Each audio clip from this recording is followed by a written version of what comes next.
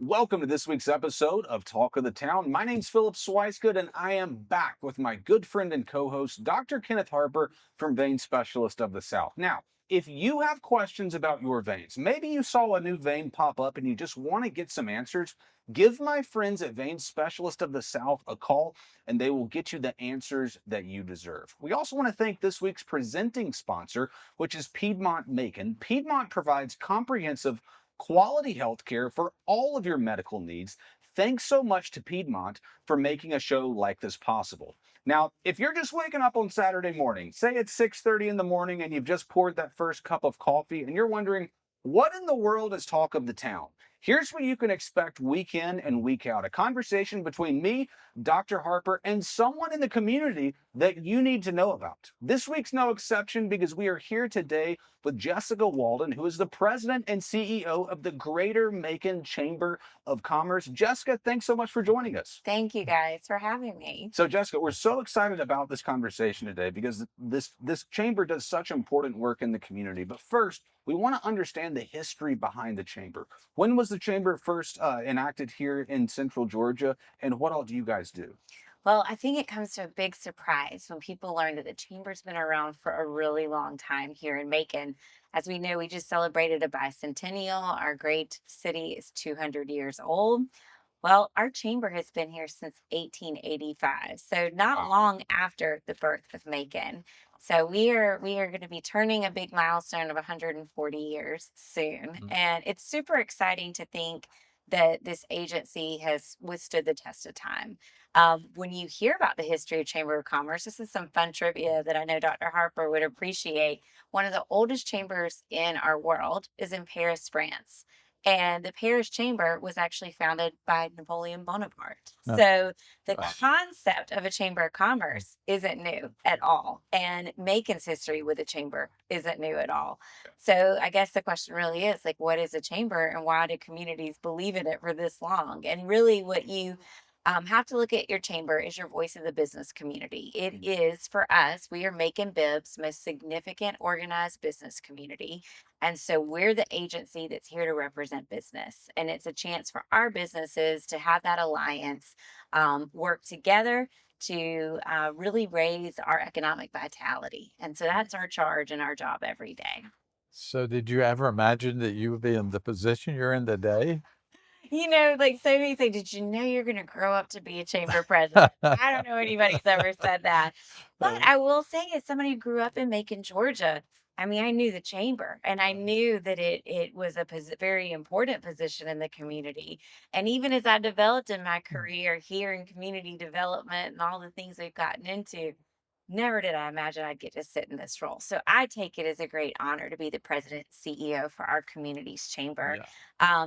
Didn't see it coming, but I have loved every minute of this position. And for those who don't know my background, my family background is in the music business, like rock and roll and Capricorn Records and Southern Rock and Allman Brothers and Leonard Skinner and all these things. How did you end up becoming like, wearing a suit at the Chamber of Commerce?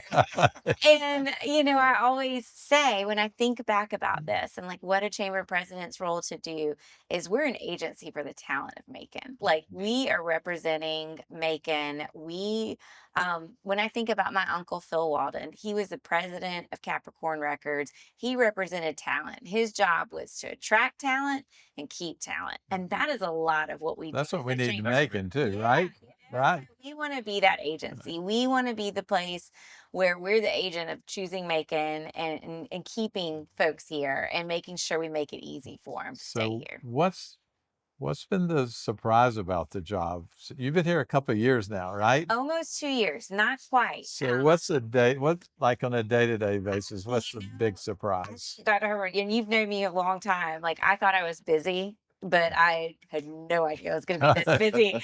Every day is different. Every day presents a new opportunity. Sometimes things we need to fix, sometimes things we need to solve.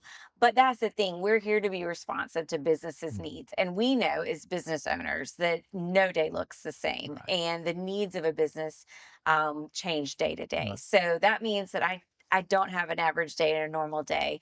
But what has been such a surprise is as long as I've worked in community development, my career now is going on 23 years here in Macon. Um, I was always behind the scenes somewhere, but to be at the table of some really important times in Macon's history has just been such, again, an honor, but a really big Right. surprise. Like some big things have happened this year. Yeah, we're gonna get to some of those in a little bit, Yeah, I'm sure. absolutely. Jessica, I want to ask you about some of the highlights from your first 2 years here at the Chamber, but first we have to take a quick break to hear a word from our sponsor. I'm a 37-year-old mother of two and enjoy spending time with my family. As an athletic trainer for a manufacturing plant, I'm on my feet all day. I developed bulging varicose veins after my pregnancies. That only got worse. Then spider veins. After a family beach vacation and lacking confidence, it was time to do something about my legs. As a medical professional, I knew Vein Specialists of the South is the best in Central Georgia. From my first phone call to completion of procedures, every staff member was professional and ultra caring. I was blown away by how much information I learned and the severity of my legs. I loved the staff and even looked forward to returning each visit. The procedure had minimal downtime, and I even walked a mile after my last procedure. Months later, I was back at the beach again with two pretty legs and newly gained confidence. If you're ready to get your life back, call Vein Specialists of the South today. Piedmont Macon is proud to be your partner in healthcare, in business, and in the community. From our 2 convenient hospitals and ERs, our cardiac program, women's services, and urgent care centers, we provide Middle Georgians with comprehensive care close to home. Our goal is to empower you through great care that's simplified, unified, and easier than ever to access. Our mission is to make a positive difference in every life we touch. We want to be part of your family and your life and to make our community a better place to live. Do you need tires before you head out of town? Come to Raffield Tire Master during our biggest sale of the year. For a limited time, you'll get a $100 instant service rebate when you purchase a set of 4 new Michelin or BF Goodrich passenger or light truck tires, or get a $60 instant service rebate on any other brand. Head to one of our 6 Raffield Tire Master locations in Macon or Warner Robins and get up to $100 in instant service rebates. And log on to RaffieldTire.com for more savings. This is the Medical Minute, where I ask Dr. Harper your vein-related questions. Dr. Harper, the question this week is, who is most at risk for vein issues? That's a great question. The number one risk factor for developing vein problems, that would be varicose veins, spider veins, leg swelling, maybe even ulcers on your leg, is genetics. It tends to run in families. The second one, and particularly for our female patients, is pregnancy-related complications. And third would be patients who have a sedentary lifestyle, either sitting or standing a lot at work. Those are all the top 3 probably. So if you are concerned because you may have tired, achy legs at the end of the long day, restless leg, cramps at night, swelling, you might want to consider having a vein evaluation if you have one of those high risk factors. Fantastic. So if you have any of these symptoms, you can give my friends at Vein Specialists of the South a call today. Welcome back to Talk of the Town, where me and Dr. Harper interview someone in the community that you need to know about. And we're here today with Jessica Walden, who's the president and CEO of the Greater Macon Chamber of Commerce. Jessica, I want to ask you, because you've been here for 2 years now. Actually, the last time that you were on the show, we were at Grant's Lounge, had a fantastic conversation. It was actually my first time in Grant's Lounge. It was amazing. I absolutely loved it. And here we are today. Hey, what did we talk about that day? We talked about Jessica and what she was doing then. It was amazing. Right. And all of the music history, it was fantastic. And we talked about Rock Candy Tour. And Rock We Candy did. Tours, Yeah. that's right. But now that you've been here for 2 years, talk to me about some of the highlights that you've seen at the Chamber over these past 2 years. Well, I have to admit, one of the big highlights for me is when Grant's Lounge joined the chamber. Like There you that was exciting for me. Moonhanger Group came in as an investor, and there's many businesses under that, Grant's being one of them. But we can now say that Grant's Lounge is a proud member of the Chamber of Commerce. So that was like a big feather in my cap to be able to bring it all around in that capacity. But the highlights of this job, there are so many of them. But I will say, for our team, we've got an incredible team here here at the chamber. And it is not just the president and CEO. We try to, again, be very responsive to our businesses. And so that means we have a pretty incredible team working day to day. So I am one of 9 here at the chamber on staff full time. And being able to be fully staffed where we are today is a big highlight for us, and building this incredible team that is in a new chapter of the chamber. So I'd say the big first thing that was significant was we moved the chamber. As you see, we're in our lobby right now at our office on Poplar, and it wasn't always here at 338. We were actually across the river through a gate in a back parking lot, and you had to get through all those different layers to get to us. Now we are street level in beautiful downtown Macon on one of the most burgeoning blocks in downtown. So moving a chamber that has been in that same building since the mid 70s, Forever. before I was born, Yeah. 3 years before I was born, was no easy feat. At the time, we were a team of 7, all women, and we were loading up the cars and coming back and forth until the day where we had the big stuff. But the community, especially our chamber community, was just super supportive during this time and knew that we had a big transition in place. So by January of 2023, we were able to say, we're back open for business, we're here, and it is a whole new chapter for us. Like, this is a whole different look for us. This is a welcoming space, and that which we want the community to utilize. This is we have room rentals now available, and just different ways you can to use this great space for your business needs. So that's been huge. Being able to cut the ribbon at our own chamber, that was just a moment in time that I'll never forget. And Special. it was super special. And the crowd who came out that day was what made it even more so, seeing the former chairman and just all the people who've been a part of this for so long, but also the new faces. And so that's another thing I'd say is a big highlight. I think for me, and I think for others, this isn't your grandfather's chamber anymore. And I say that gently because there's some great founding fathers to this institution.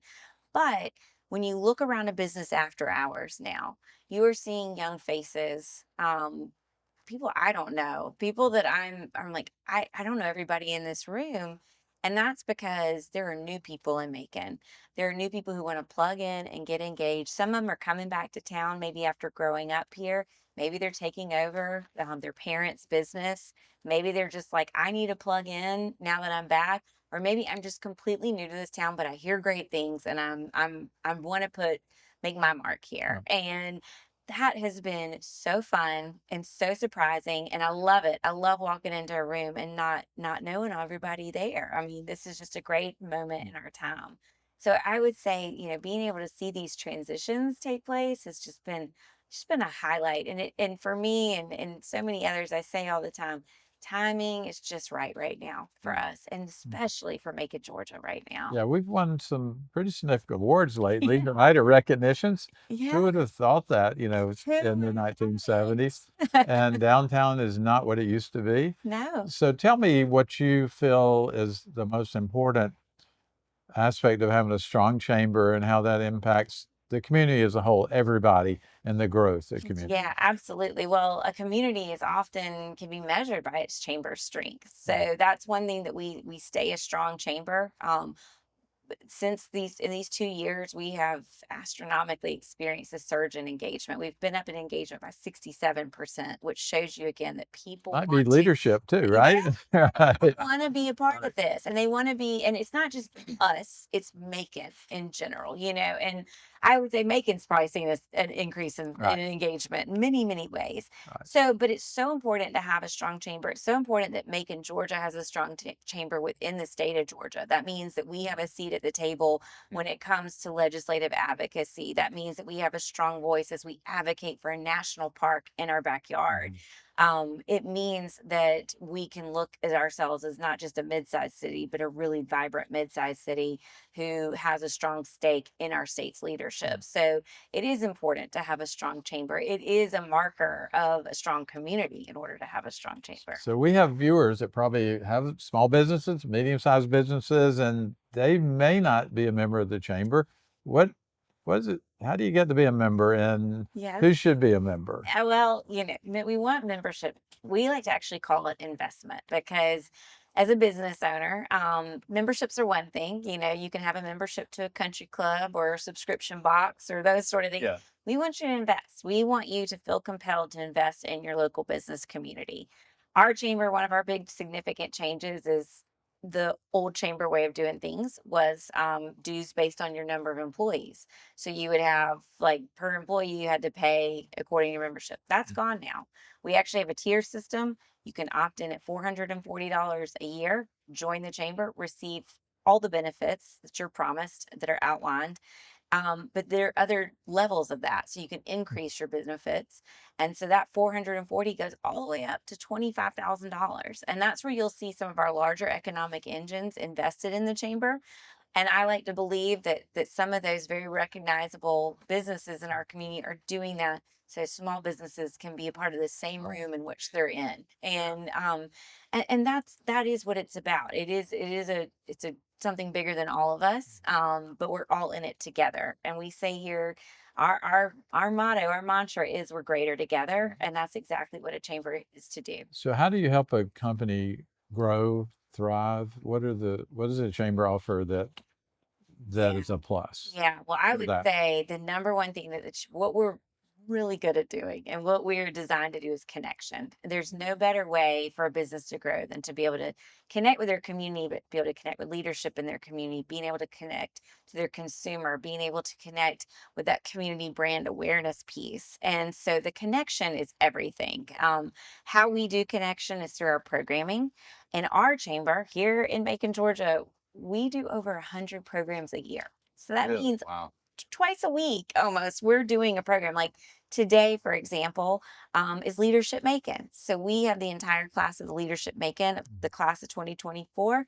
They're wrapping up their education day as we speak. That's a premier community leadership program in which we manage and provide. Mm. It could be a business after hours, but next week we have 3 programs promoting connection. And the first one, which this is something very different for us. This is kind of the new chamber. But again, imagine if you're new to this community, or imagine that you have an employee that you know is really good at their job. You want to keep them here, you want to keep them happy, but maybe they don't have a significant other in their life. Maybe they are like, the dating scene here is hard. Maybe they're like, I just can't meet people. We're actually doing an event next week called MAC, which is our umbrella for Macon Area Connections, that is designed for singles in the workforce. So we just want to create a low entry, easy way for people to meet each other and connect. But it's a great employee retention method. Right. At the That's end a of the great way day. to keep workers in town. Meet your spouse, you are probably here for a while. Right. That's And, brilliant. you know, and this is different for us, Yeah. but this kind of hits that younger demographic. Some people have young professionals. We have MAC. And so we're gearing MAC to be able to meet the needs of that community.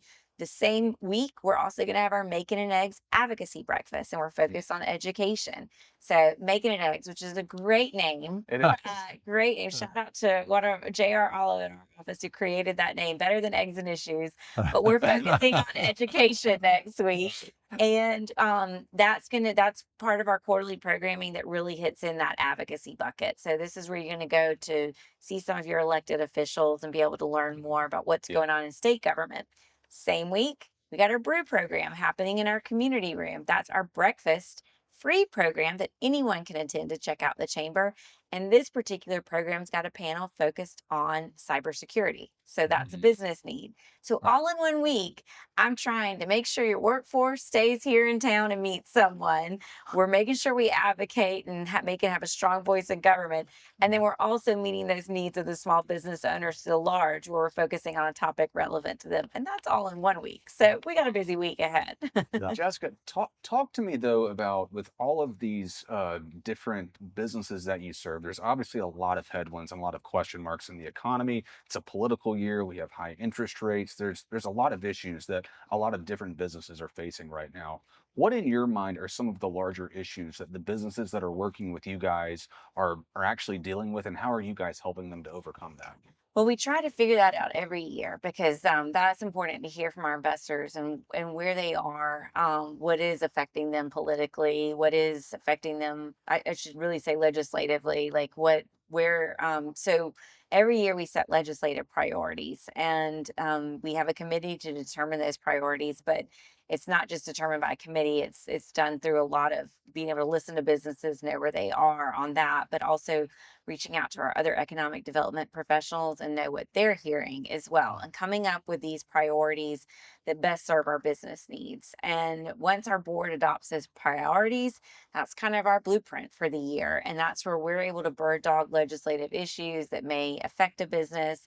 Of course, one of the things we always try to make sure is that it's business friendly policies. And that could be everything from county commission to our state legislator to our federal government.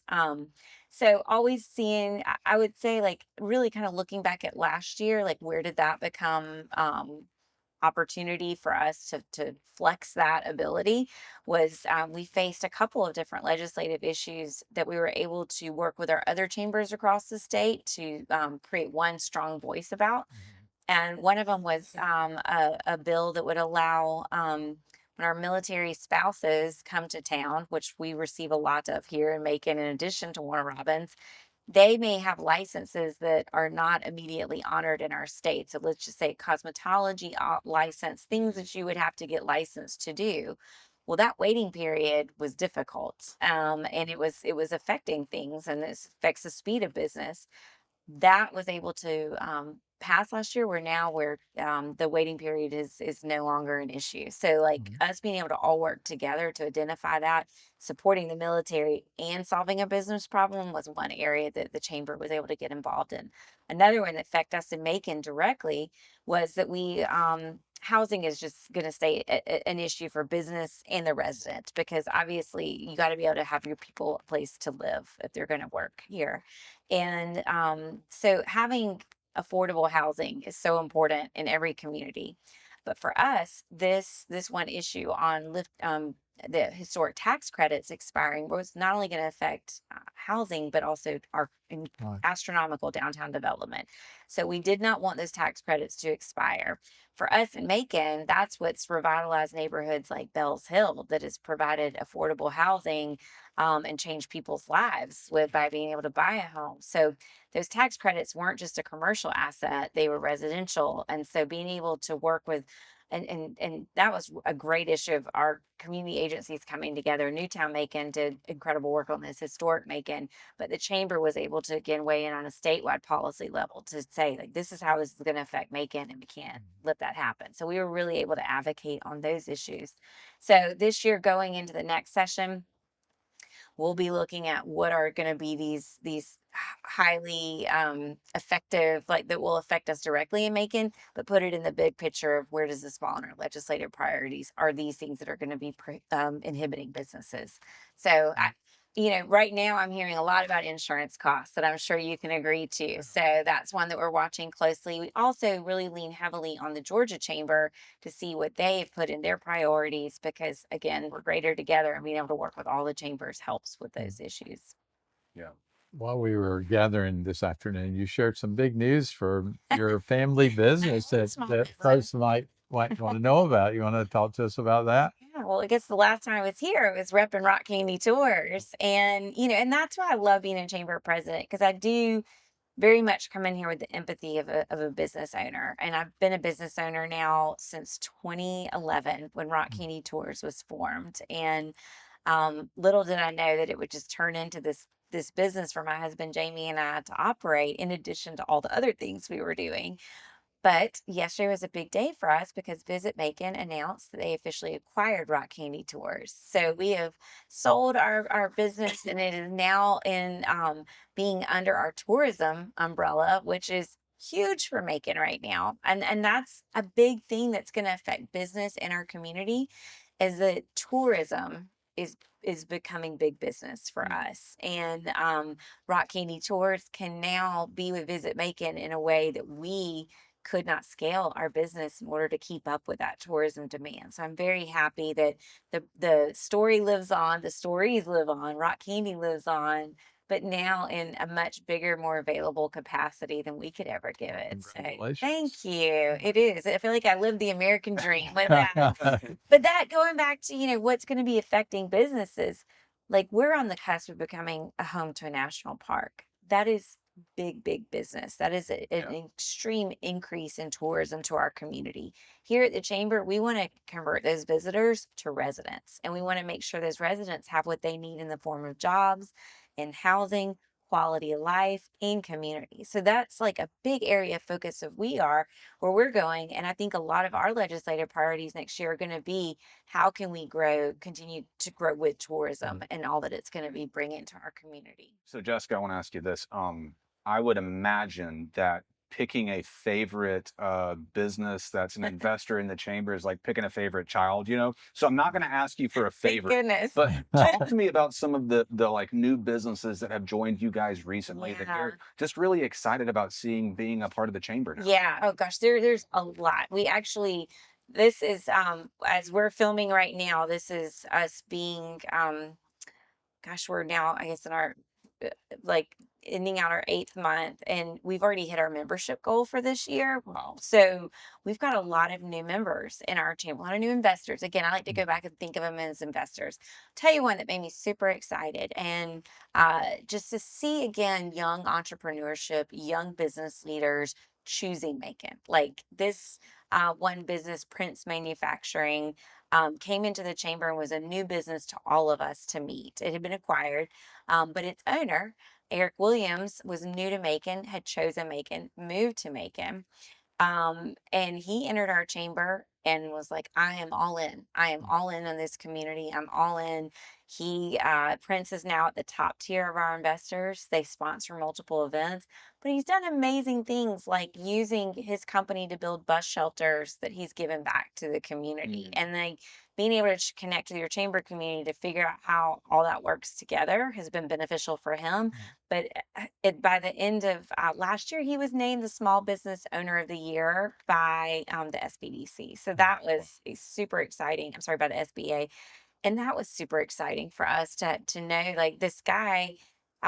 He knew Macon was the right place for his business. So getting to know these stories and these folks, but there's also like just the mom and pop businesses that we still see in our chamber that are just they're always going to be the backbone of what we do. And hearing again, either choosing Macon or just figuring out what Macon needs and answering that call through so many of our businesses, there's too many to count. Like there really is such a surge of excitement in independent business here in our community. So Jessica, Great. that's fantastic. Unfortunately, we have to wrap up really quick before we go.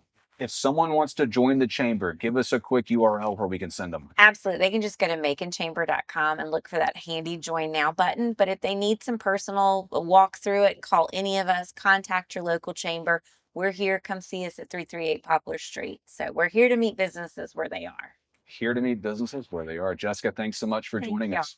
Thank y'all. Thank you. And thank you guys for watching us again this week. And stay tuned because you never know where me and Dr. Harper might show up next.